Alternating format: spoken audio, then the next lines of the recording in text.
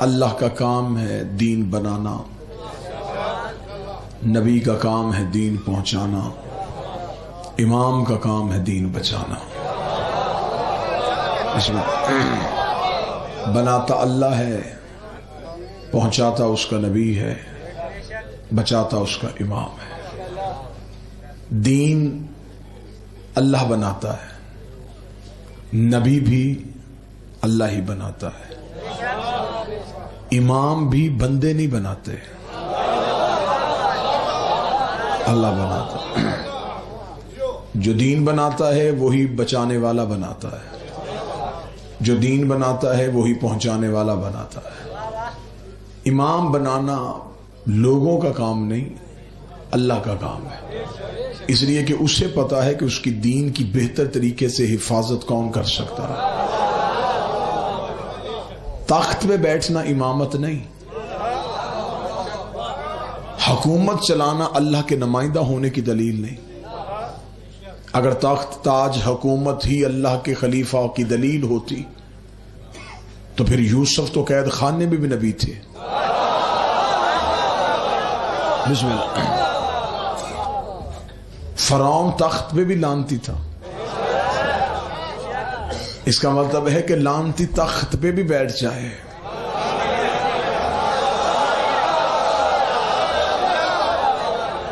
تو وہ لانتی رہے گا، حجت قید خانے میں بھی ہو وہ حجت ہی رہے گی۔ امام اللہ بناتا ہے، بندے نہیں بناتے۔ اس منبر سے لے کے خانہ کعبہ کے صحن تک میں اپنی قوم کی طرف سے اعلان کرنے کے لیے تیار ہوں، ہم نے 12 مانے ہیں، بنائے نہیں ہیں۔ بسم اللہ۔ ہم نے جو 12 امام جن کو ہم مانتے ہیں، ہم نے مانا ہے، انہیں بنایا نہیں، کیونکہ امام ہم بنا ہی نہیں سکتے، امام اللہ بنائے گا۔ میرے اہل سنت اگر بھائی تشریف فرمائے، ہم نے 12 مانے ہیں، 12 کے 12 سید ہیں،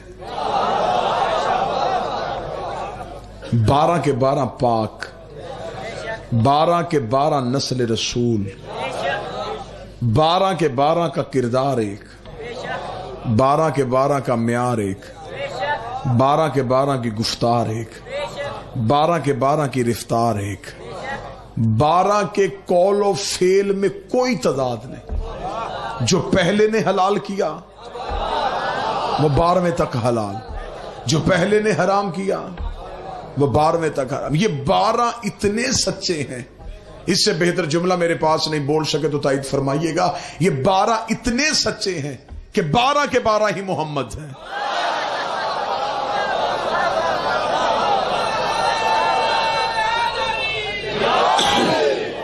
دور بدلے، یہ نہیں بدلے۔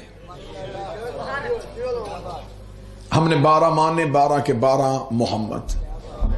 کسی کے مذہب پہ اعتراض نہیں کروں گا، کسی کے فرقے پہ تنقید نہیں، لیکن دنیا نے 12 کی ضد میں 4 مانے اور وہ چاروں بنائے گئے، ان میں سے ایک بھی سید نہیں، ان میں سے ایک نے بھی نبی کو دیکھا نہیں۔ پہلے نے حلال کیا، دوسرے نے حرام کر دیا، تیسرے نے مستحب کیا، چوتھے نے واجب کر دیا۔ ان 4 میں شریعت بدلی، 12 میں شریعت نہیں بدلی۔ چلے میں بات آسان کر دیتا ہوں، میرے اہل سنت بھائیوں تک عقلی حقائق پہنچانے کے لیے جملہ کہوں۔ ان 4 میں سے پہلے امام میرے اہل سنت بھائیوں کے امام ابو حنیفہ۔ میں تقابل نہیں پڑھنے لگا، اور نہ ہی میرا کوئی موڈ ہے کہ میں ان اماموں کا تقابل اپنے اماموں سے پڑھوں، کیونکہ نوکروں کا مقابلہ سرداروں سے نہیں ہوتا۔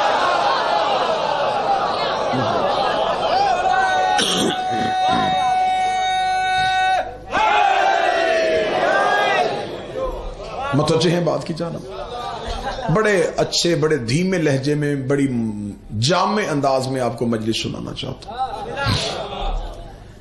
پہلے امام ان کا نام ابو حنیفہ، نام ابو حنیفہ نہیں، کنیت ابو حنیفہ ہے، نام ان کا نعمان بن ثابت تھا، حنیفہ ان کی بیٹی کا نام تھا۔ کوئی مسئلہ پوچھنے کے لیے آیا تھا، انہیں بتانے میں دیر ہو گئی تھی، پیچھے سے بیٹی نے جواب بتا دیا تھا۔ تو اس جواب کی وجہ سے بیٹی کے نام سے مشہور ہو گئے. نام ان کا نعمان بن ثابت ہے. ادھر امام ہے, میں نے بڑی عزت کے ساتھ ان کا نام لیا, میرے اہل سنت بھائیوں کے امام ہیں. میں سنی کتابوں سے ثابت کرنے کے لیے تیار ہوں. نعمان بن ثابت کہتے ہیں 2 سال میں جعفر صادق کی شاگردی نہ کرتا, جہالت کی موت مر جاتا.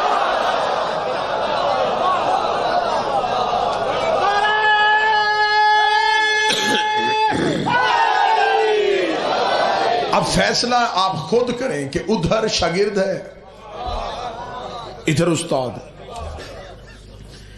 میرے اہل سنت بھائیوں کو دوسرا امام نام ان کا احمد بن حنبل, ان کے ماننے والے حنبلی کہلواتے ہیں, جو ان کی فقہ پہ عمل کرتے ہیں وہ حنبلی کہلواتے ہیں. احمد بن حنبل کی بات میں ایک سنی کتاب سے ثابت کرنے کے لیے تیار ہوں. جب احمد بن حنبل کے بیٹے نے باپ سے پوچھا تھا, بابا مجھے رتبوں کے اعتبار سے صحابہ کے نام لکھوا, حفظ مراتب کے اعتبار سے صحابہ کے نام لکھوا, کس صحابی کا رتبہ بلند, کس کا اس سے تھوڑا, کس کا اس سے تھوڑا. باپ نے بیٹے کو نام لکھوانے شروع کی. 3 خلفاء کا نام لکھوایا, علی کا نام چھوڑ دیا, 10 نام اور لکھوا دیے, 13 نام ہوئے. بیٹے نے کاغذ قلم زمین پہ پھینک کے کہا, بابا ہر نام کے بعد سوچتا رہا اب علی کا نام آئے گا, اب علی کا نام آئے گا, اب علی کا نام آئے گا. 13 نام آ گئے, تو نے علی کا نام کیوں نہیں لکھوایا؟ احمد بن حنبل نے بیٹے کو جھڑک دے کے کہا, پوچھ صحابہ کا رہا ہے, علی کوئی صحابی ہے؟ علی تو محمد کا بھائی ہے.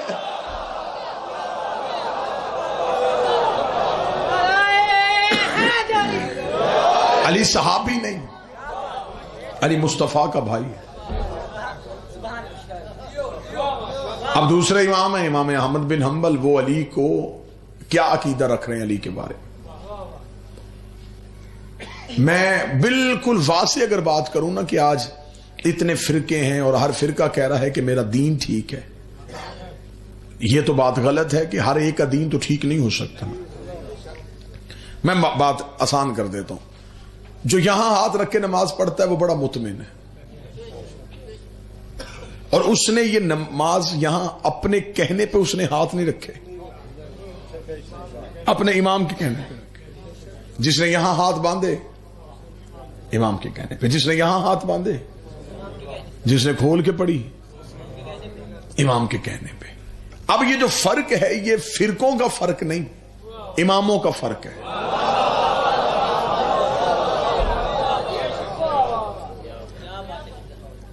اچھا, یہ نماز وہ کام ہے جو دن میں نبی 5 دفعہ کرتے تھے اور چھپ کے نہیں کرتے تھے, ظاہراً لوگوں کے سامنے کرتے تھے. جو کام دن میں نبی نے 5 دفعہ کیا, امت کو ابھی تک وہ پتہ نہیں چلا کہ کیسے کرتے تھے. غدیر تو ایک دن آیا تھا,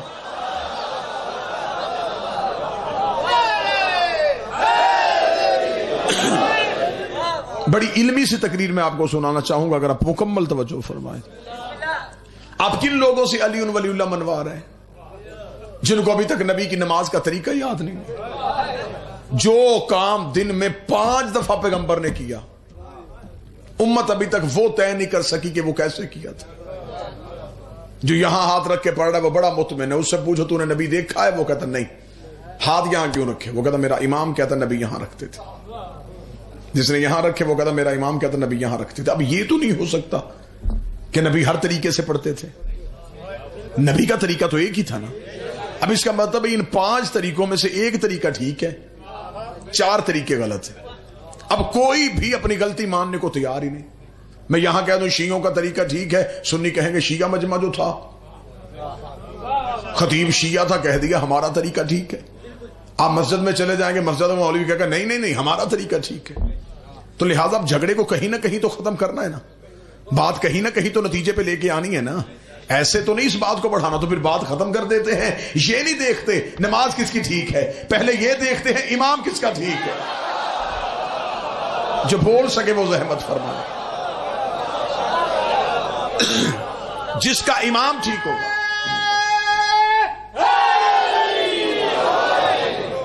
جس کا امام ٹھیک ہوگا اس کی نماز ٹھیک ہوگی. ایسی مجلس سن لیں گے نا جی آپ.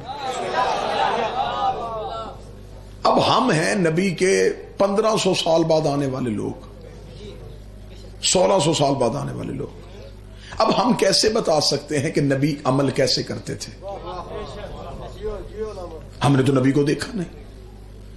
ہمیں نبی کی مکمل سیرت چاہیے، پوری سیرت چاہیے. ہمیں نبی کے کپڑے پہننے کے طریقے سے لے کے نبی کے طواف کے طریقے تک،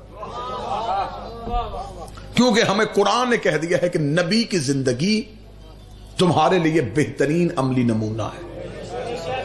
لقد کان لکم فی رسول اللہ اسوۃ حسنہ. اب ہمیں نبی کی زندگی چاہیے. میں پوری باتیں ایسے پنچایت کی صورت میں کروں گا کہ یوں دودھ کا دودھ اور پانی کا پانی ہوتا جائے، جھوٹ کا جھوٹ اور سچ کا سچ ہوتا جائے. بس آپ نے توجہ رکھنی ہے. داد سے چھٹی، مجلس بڑے دھیمے لہجے میں آپ کو سنا رہا ہوں. اب اس کا مطلب ہے کہ ہمیں چاہیے نبی کی مکمل زندگی. اب یہ تو نہیں ہو سکتا کہ معاذ اللہ ثم معاذ اللہ نبی تھوڑی دیر کے لیے نبی ہوتے تھے. نبی تو ہر لمحے نبی تھے نا. سوتے تھے تو نبی تھے، جاگتے تھے تو نبی تھے. اب ہمیں چاہیے نبی کا سونے کا طریقہ بھی. دائیں کروٹ لیتے تھے، بائیں لیتے تھے، سیدھا لیٹتے تھے تاکہ ہم نبی کی سنت پہ عمل کریں. کپڑے کیسے پہنتے تھے، بات کیسے کرتے تھے، سنتے کیسے تھے، چلتے کیسے تھے. اب یہ ساری سیرت ہمیں نبی کی چاہیے. توجہ آپ میری طرف رکھیں گے. بیٹا یہ کیا کرنے لگے آپ؟ اچھا جلدی کرو. صلوات سارے حضرات مل کے بلند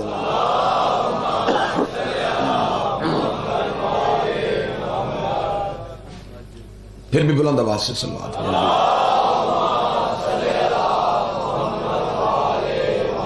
اب میرے بعد اس کو چلا دینا. اب بیٹھ جاؤ. توجہ ہے میری بات کی جانب. ہمیں چاہیے نبی کی مکمل سیرت. اب نبی کی مکمل سیرت لینے کے لیے نبی کے دور کے 3 ایسے طبقے ہیں جو ہمیں نبی کی زندگی کے بارے میں بتا سکتے. پہلے ہیں صحابہ کرام رضوان اللہ علیہم اجمعین. اب تو کسی کو کوئی اعتراض نہیں نا. صحابہ کرام رضوان اللہ علیہم اجمعین پہلے. دوسرا طبقہ ازواج مطہرات. تیسرے اہل بیت کرام.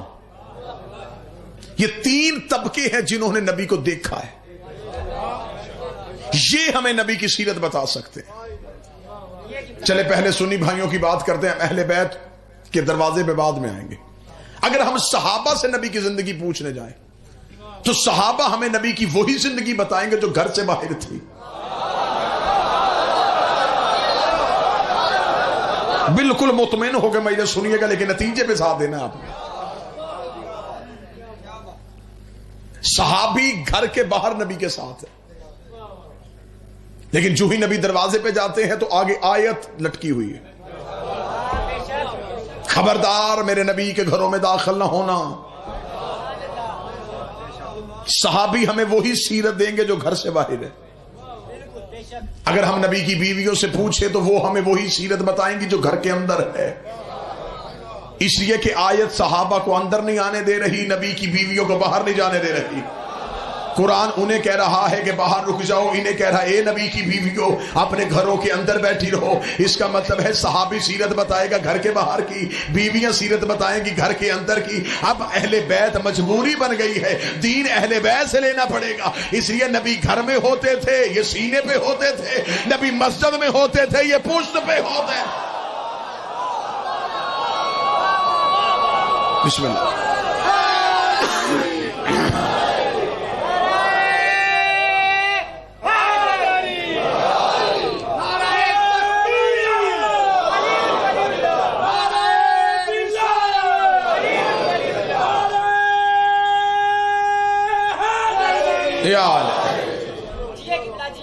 موضوع پسند ہے مجلس کا جی؟ بس آپ نے پوائنٹ نوٹ کرتے جانے ہیں. اس دلیل پہ آپ کو کوئی رد نہیں دے سکے گا. اب اس کا مطلب ہے کہ ہمیں چاہیے نبی کی مکمل سیرت. اب اتنے طریقے ہیں. مسجدوں میں مسجد اللہ کی ہے لیکن باہر فرقے کا نام لکھا ہے. یہ حنفی ہے، یہ بریلویوں کی ہے، یہ دیوبندیوں کی ہے، یہ شیعوں کی ہے. مسجد اللہ کی تھی، تقسیم ہو گئی فرقوں میں. یعنی کہ مسلمان اتنا جدید پسند ہوا اس نے اللہ بھی بانٹ لیا ہے. اب اب جو اپنے فرقے میں ہے وہ کہہ رہا ہے جی میرا مذہب ٹھیک ہے، کوئی اپنی عقیدے سے 1 انچ پیچھے ہٹنے کو تیار نہیں، قتل پہ آ جائیں گے، گالم گلوچ پہ آ جائیں گے، وہ کہیں گے نا ہمارا عقیدے کو نہیں چھیڑنا، ہمارا عقیدہ ٹھیک ہے۔ اب مسئلہ یہ ہے کہ نبی لے کے آئے تھے ایک دین، آج وہ دین مختلف حصوں میں تقسیم ہو گیا ہے، اور جس کے پاس ہے وہ کہتا میرا دین ٹھیک ہے، اور یہ سارے مانتے ہیں کہ سب کا ٹھیک نہیں، ایک ایسا ہے جس کا ٹھیک ہے باقیوں کا غلط ہے۔ میں کسی پہ تنقید نہیں کروں گا، اپنا ٹھیک نہیں کروں گا، میرا کام ہے حقائق پڑھنے آپ کے ساتھ۔ اب آپ مجھ سے پوچھیں کہ دین نبی نے ایک دیا تھا، یہ فرقوں میں تقسیم کیسے ہوا؟ اب میں وجہ پڑھ دیتا ہوں، بندے یہ وجہ ممبر سے پڑھتے نہیں، میں پڑھنے لگا۔ میری کوشش ہوتی ہے کہ اپنی قوم تک حقائق کی آخری حد تک جا کے ہم حقیقت آپ کے سامنے رکھ سکیں کہ آخر یہ اتنے فرقے کیوں بن گئے۔ میں اس سے پہلے ایک مثال دوں گا، مثال دی ہوئی بات بندوں کو ہمیشہ یاد رہتی ہے۔ میں مثال کا سہارا لے رہا ہوں تمہاری یادداشت میں بات کو محفوظ رکھنے کے لیے۔ میں آپ کے سامنے مجلس پڑھ رہا ہوں، 35-40 منٹ مجلس پڑھنے کے بعد میں اعلان کروں کہ جو میں نے پڑھا میرا مجمع مجھے سنائے۔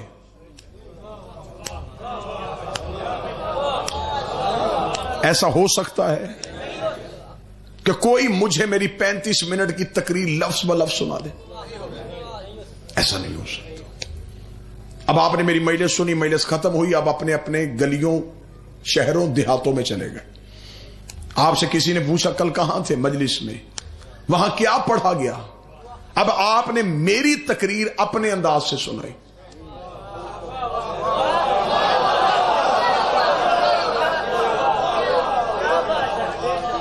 پڑھے لکھے نے اپنے طریقے سے، ان پڑھ نے اپنے طریقے سے، بچے نے اپنے طریقے سے، جاہل نے اپنے طریقے سے، بزرگ نے اپنے طریقے سے، عالم نے اپنے طریقے سے، تقریر ایک تھی۔ بادشاہ حسین عزت عطا فرمائے۔ یہ مختلف حصوں میں تقسیم کیوں ہو گئے؟ کیوں؟ جتنے راوی بدلتے گئے اتنی تقریر بدلتی گئی، کیونکہ آپ کو یاد ہی نہیں ہوئی تھی، آپ نے تو اپنے اپنے انداز سے سنانی تھی نا۔ تو پھر اب تکلیف نہ ہو کسی بندے کو، تو بعد میں حقیقت کی کرنے لگا ہوں۔ رات کی تنہائی میں بستر پہ سوچے گا تو ضرور کہے گا جو شیعہ خطیب تھا بعد وہ سچی کر گیا۔ میری 35 منٹ کی تقریر اتنے پڑھے لکھے بندوں کو یاد نہیں ہو سکتی، نبی کی 23 سال کی تبلیغ چند دن پہلے بدھ چھوڑنے والے بندوں کو یاد کیسے ہو سکتی؟ وہ نبی کی سیرت کیسے بتا سکتے؟ اب جو نبی بول رہے ہوتے تھے وہ نبی کی ذاتی تقریر نہیں ہوتی تھی۔ خدا کہتا ہے یہ نہیں بولتا، میں بولتا ہوں۔ نبی تقریر ایک کرتے تھے، وہ اللہ کی زبان ہوتی تھی، لوگ سن کے اپنے اپنے علاقوں میں جا کے سناتے، تقریر میں فرق آ جاتا، اسی فرق سے فرقے بن گئے۔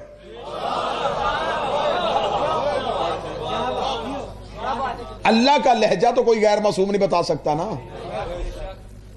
تو توحید کے لہجے میں اتنا سا بھی فرق آ جائے تو اتنا سا بھی فرق جو ہے وہ مذہب کا فرق ہو گیا۔ تقریر اسی مثال کو آگے بڑھاؤں گا، آپ نے بڑے اچھے طریقے سے یہ مثال کو پسند کیا، تو میرا خیال ہے اسی مثال کو آگے بڑھاتے۔ اب اگر کوئی کہے مجھ سے میں تھوڑے دن بعد پھر سیال کوٹ میں آؤں، کوئی مجھ سے کہہ دیا آپ وہاں مجلس پڑھنے کے لیے آئے تھے، آپ نے یہ جملہ پڑھا تھا، میں کو نہیں پڑھا تھا، وہ کہ جس نے مجھے بتایا تھا اس نے تو مجھے یہ بتایا، میں کہوں گا قصور میرا نہیں، تو نے جس سے پوچھا وہ بندہ سچا نہیں تھا، میری تقریر اس نے تجھے توڑ مروڑ کے سنا دی۔ اب یہاں پہ کوئی بندہ وہ کہہ دی نہیں ہمیں پوری تقریر آصف علوی کی چاہیے، جو اس نے پڑھا وہ لفظ بلفظ چاہیے۔ اتنے لوگوں میں سے ہر ایک بندے کا ایک ایک کر کے وہ ایڈریس نوٹ کرے، سب کے گھروں میں جا کے دستک دے۔ آپ مجلس میں تھے، تھا جی، کیا پڑھا؟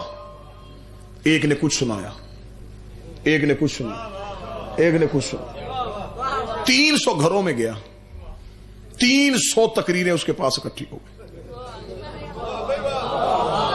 اس نے کہا نہیں مجھے 300 نہیں چاہیے، مجھے ایک تقریر دو جو اس نے پڑھی۔ پھر ایک بندہ کہے گا کہ اب ہم تجھے بتاتے ہیں. یہ مجلس میں سامنے بچہ بیٹھا ہوا، بالکل یہ میرے سامنے. اس بچے کے پاس ہے موبائل فون، آپ سن رہے ہیں، یہ ریکارڈ کر رہا ہے.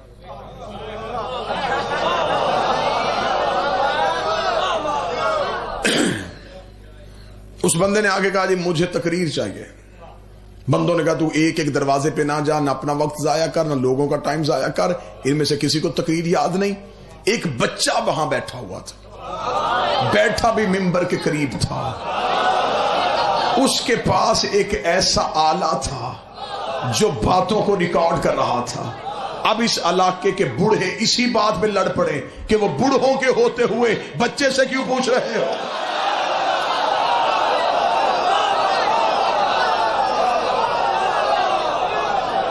تھوڑی آپ مہربانی فرمائیں گے کیونکہ 2019 ہے، ہمیں مثالوں کے سہارے لینے پڑ رہے ہیں.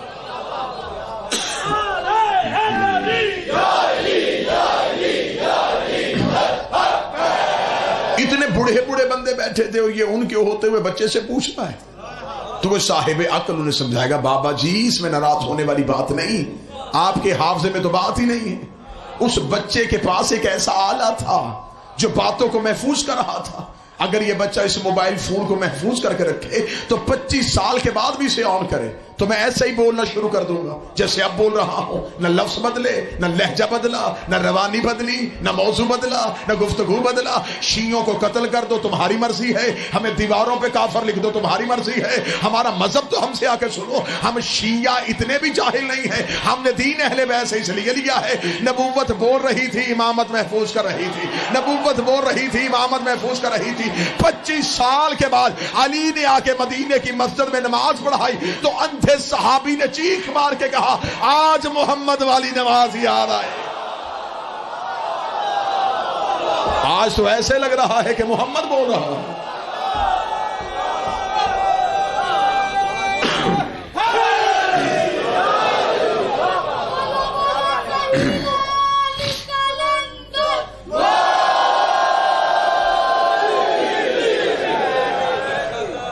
دین لینا ہے ہم نے امام سے،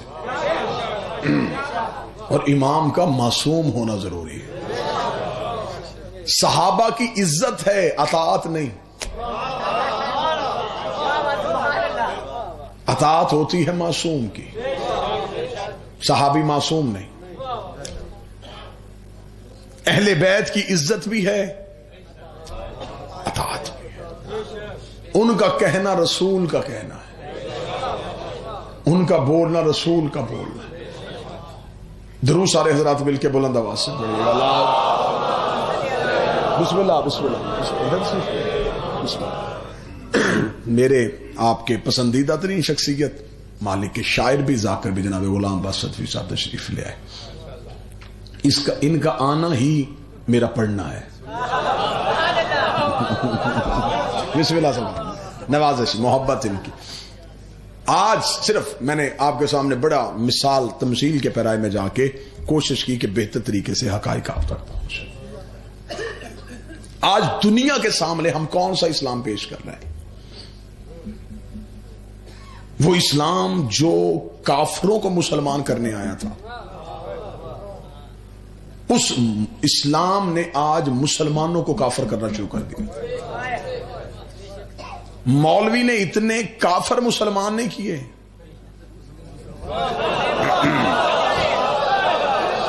جتنے مسلمان کافر کر. باہر سے کسی کو اندر نہیں لائے، اندر والوں کو باہر نکالا. تو بھی ٹھیک نہیں، تیرا بھی اسلام غلط، تیرا بھی اسلام غلط، تیرا بھی اسلام. یہ پیمانہ آپ کے پاس کہاں سے آیا؟ آپ اسلام ناپتے کس چیز سے؟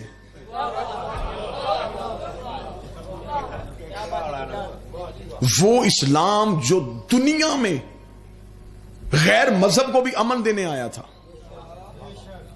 وہ اسلام آج دہشت گرد کیوں ہو گیا؟ میں وہ وجہ پڑھوں گا اور قوم کے نوجوانوں کے لیے پڑھنا ہوں. داڑھی دین کی علامت تھی، دہشت گرد کی پہچان بن گئی. ہمیں دنیا کے مختلف کونوں میں مذہب آل محمد کی وکالت کے لیے جانا پڑتا ہے، ورنہ ہماری حیثیت کیا؟ بادشاہ حسین کی قسم ایئرپورٹ پہ جا کے شرمندگی ہوتی ہے. کہ جب مسلمانوں کی چیکنگ وہ اس انداز سے کرتے، وہ کہتے نہیں دہشت گرد مذہب ہے۔ اب یہ مسلمان دہشت گرد کیوں ہوا؟ کیا جب اسلام پہلے دن مکے سے آیا تو اسلام میں دہشت گردی تھی؟ رسول نے پتھر کھا کے تبلیغ کی ہے، مار کے تبلیغ نہیں کی۔ آمنہ کے بیٹے کا مذہب امن کا مذہب تھا۔ وجہ کیا بنی؟ میں وجہ، آپ نے مثال بڑی اچھی سنی ہے اس لیے میں پھر مثال دینے لگا۔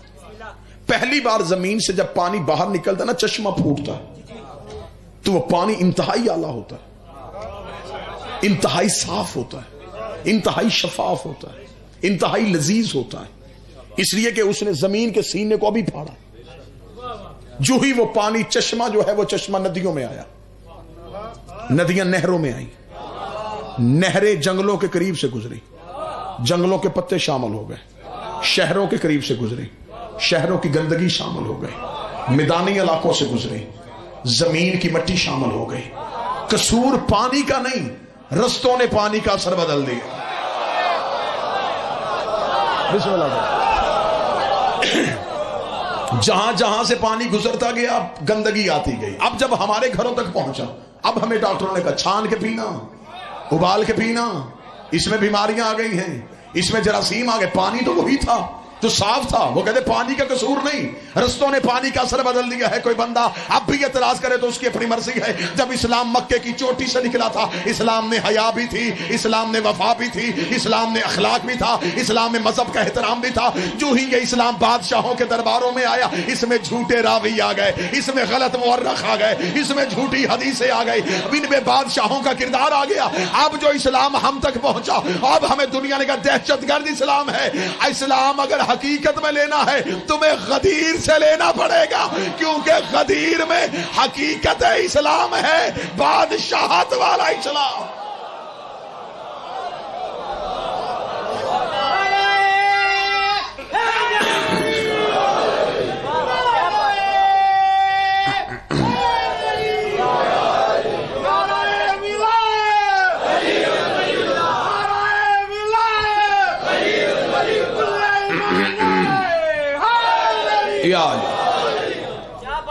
غیر مذہب نے، عیسائی نے، یہودی نے قرآن نہیں پڑھا، اس نے مسلمانوں کی تاریخ پڑھی۔ جس نے ہسٹری پڑھ لی وہ پھر مسلمان ہوا ہی نہیں، جس نے قرآن پڑھ لیا پھر وہ کافر نہیں ہوا۔ اس نے مسلمانوں کی تاریخ پڑھی، اس نے کہا یہ تاریخ، کھوپڑیوں کے مینار، انسان کے لہو کے گارے کے ساتھ دیواریں۔ یعنی کہ ہمارے بچوں کو آج تک اسلامیات میں پڑھایا جاتا ہے عروج اسلام، زوال اسلام۔ مجھے آج تک مسلمانوں کی یہ کمبختی سمجھ میں نہیں آئی وہ کون سا اسلام ہے جسے زوال آیا تھا۔ بھئی اللہ کو ساری دنیا نہ مانے، اس کی ربوبیت میں کوئی فرق آئے گا؟ تو ساری دنیا نہ بھی کلمہ پڑھتی، اسلام کو زوال کیسا، اسلام کو عروج کیسا؟ یہ بات ہسٹری میں کیوں لکھی میں وجہ پڑھ دیتا ہوں۔ بادشاہ نے کسی علاقے پہ قبضہ کر لیا، انہوں نے عروج اسلام لکھ دیا۔ بادشاہ جنگ ہار کے واپس آیا،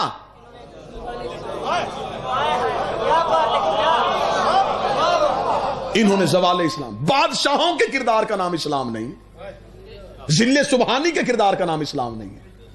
انہوں نے سر کاٹے تھے، لشکر لے کے گئے تھے زمینوں پہ قبضہ کرنے کے لیے۔ جتنے دہشت گردے ہوئے تو انہیں اسلام کے ہیرو بنا دیے۔ سلطان محمود غزنوی کیا کیا تھا؟ اس نے جی سومنات کا بت آ کے توڑا تھا، اس لیے توڑا تھا اس کے اندر سونا تھا۔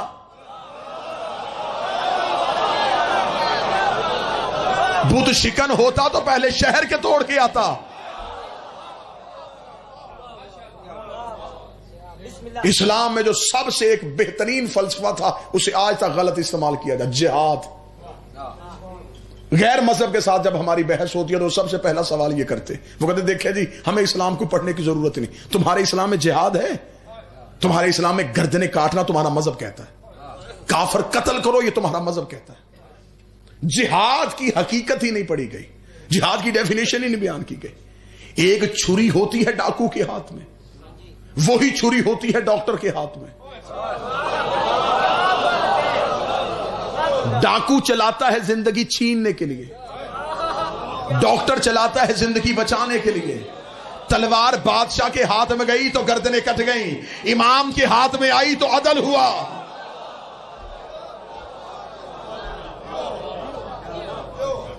بادشاہوں کے کردار کا نام اسلام نہیں، اہل بیت کے کردار کا نام اسلام۔ ایک یورپی مفکر ہے آئن ڈیولڈ، اس نے بڑی خوبصورت، اس نے دنیا کے مختلف بادشاہوں کا دور لکھا ہے کہ کس بادشاہ کا کیسا دور تھا۔ بڑا خوبصورت جملہ لکھا اس نے، پڑھتے پڑھتے اس کی کتاب کا ایک جملہ آیا، اس نے کہا کہ پوری دنیا میں جو بہترین ٹینور تھا گورنمنٹ کا، اس نے کہا وہ علی کا دور تھا۔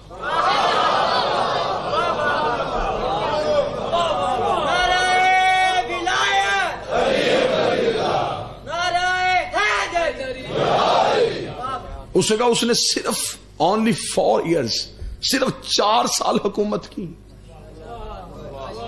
اور اس نے کہا میں اس کو بیسٹ ٹینیور آف گورنمنٹ اس لیے کہتا ہوں، اس 3.5 سال کے دور میں ایک بھی چور کے ہاتھ نہیں کاٹے گئے، عدل ہوا، ظلم نہیں ہوا۔ پھر جیسے جیسے بادشاہوں کا کردار آتا گیا لوگ اسے اسلام سمجھتے گئے۔ جو تخت پہ بیٹھا اس نے ذاتی حکم اسلام بنا کے پیش کیا، گھر جلاؤ اسلام کہہ رہا ہے، قتل کر دو اسلام کہہ رہا ہے۔ یہی وجہ ہے کہ آج تک مسلمان غیر محفوظ اس لیے ہیں، تم نے اپنے ہیرو بادشاہ بنائے۔ میری قوم کے بچے مطمئن اس لیے ہیں، انہوں نے ظالموں کو ہیرو نہیں بنایا، انہوں نے مظلوموں کو ہیرو بنایا۔ ان کے پیشوا، ان کے رہبر گردنیں کاٹ نہیں رہے، کٹوا رہے۔ یہاں کسی کے جسم سے خون نہیں نکالا جا رہا، یہاں اپنے بدن کا لہو دیا جا رہا۔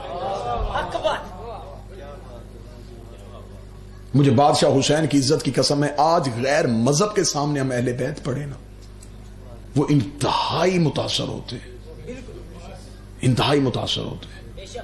مجھے یورپ کے ایک ایئرپورٹ پہ ایک امیگریشن آفیسر نے جب روکا تو اس نے مجھے کہا کہ کیوں آئے ہو ہمارے ملک میں؟ میں نے کہا مجالس پڑھنے کے لیے۔ اس نے کہا مسلمان ہو؟ میں نے کہا۔ اس نے کہا کس فرقے سے تعلق ہے؟ میں نے کہا شیعہ سیکٹ۔ شیعہ لفظ آنا تھا۔ اس نے کہا فالوورز آف حسین؟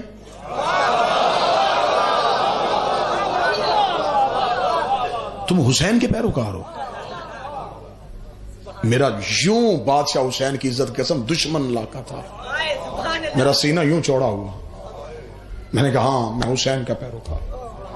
بادشاہ حسین کی عزت قسم صدر صاحب یہ علم سامنے، وہ اپنی سیٹ سے اٹھا، اسے یوں ہاتھ رکھ کر اس کا سیلوٹ فار حسین، یہ میرا سلام تمہارے حسین کے لیے۔ میری آنکھوں میں پانی آ گیا۔ میں نے اسے پوچھا، میں نے کہا تو نے حسین کو پڑھا ہے؟ اس نے کہا only one ambassador of peace حسین، دنیا میں امن کا پہلا سفیر حسین ہے۔ اس نے دنیا کو امن کا پیغام دیا۔ اس نے پوری جتنی دیر وہ میرے کاغذات دیکھتا رہا، اس نے کہا اس کے 72 ساتھی 9 لاکھ کے سامنے کھڑے رہے۔ جیسے جیسے وہ حسین پڑھتا گیا میرا سر فخر سے بلند ہوتا گیا۔ یوں ہی اس نے یوں میرا پاسپورٹ میرے ہاتھ میں دیا، اگلا جملہ کہا، بادشاہ حسین کی قسم میں پورے رستے رو۔ اس نے کہا وہ حسین گردنیں کاٹنے نہیں آیا تھا، اگر وہ لڑنا چاہتا تو عباس کافی تھا۔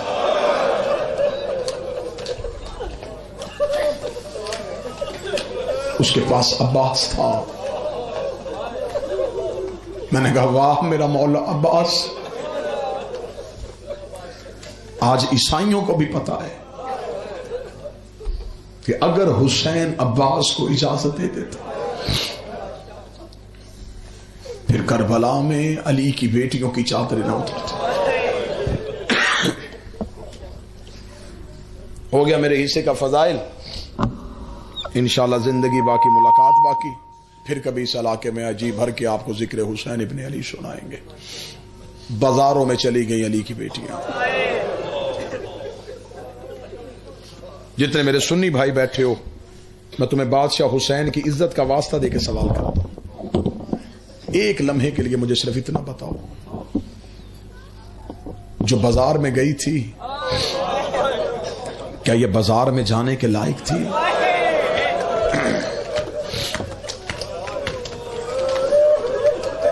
بیٹی شیعہ کی ہو یا سنی کی، بیٹیاں ہر کسی کی سانجی ہوتی ہیں۔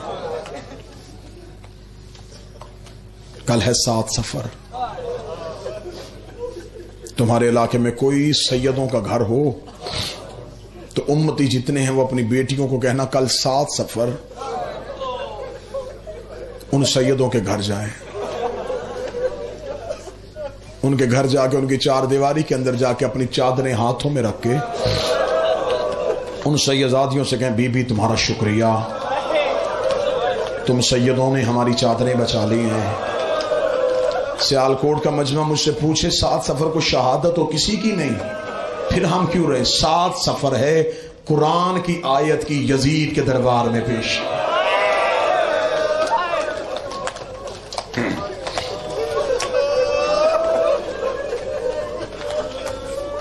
اگلی سطر تیرے رونے کے لیے نہیں، تیرے تڑپنے کے لیے پڑھنے لگا۔ آج بھی پاکستان کا قانون ہے، عورت مجرم بھی ہو تو اسے ہتھ کڑی نہیں لگانی۔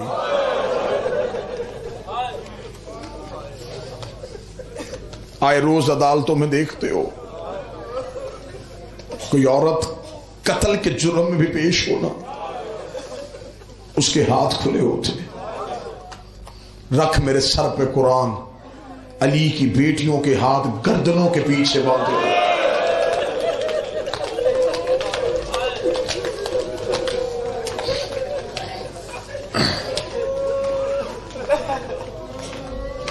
اونٹ کی سواری کبھی کسی نے دیکھی ہو؟